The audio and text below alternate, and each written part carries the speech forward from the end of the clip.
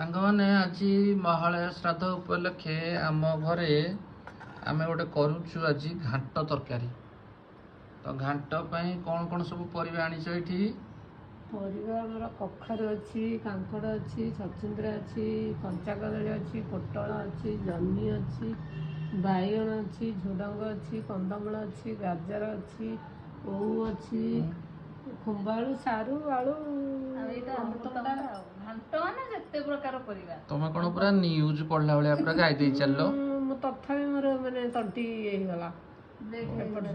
ତାହେଲେ କେତେ ପ୍ରକାର ସମୁଦାୟ ପରିବା ଏଥିରେ ଥୁଆ ହେଇଛି? 12ଟା। 12ଟା?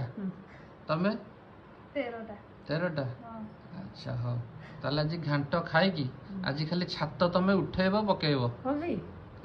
ଆଉ ଡାଲି ଏଥିରେ ପଡିବ 4-5 ପ୍ରକାର, ମାନେ ଯାହା ଅବସ୍ଥା ହବ। କିଛି ହବନି? ତମର ତ ଦୌଡ଼ିବି ଛାତରେ। ଘାଣ୍ଟଟା ଅଧିକ ବାପା ପସନ୍ଦ କରନ୍ତି। ବୋଉ ବାପାଙ୍କ ପାଖରେ ବସିବେ ଉଠିବେ, ତେଣୁ ବୋଉ ଯାହା ତାଙ୍କ ଅବସ୍ଥା ହବ।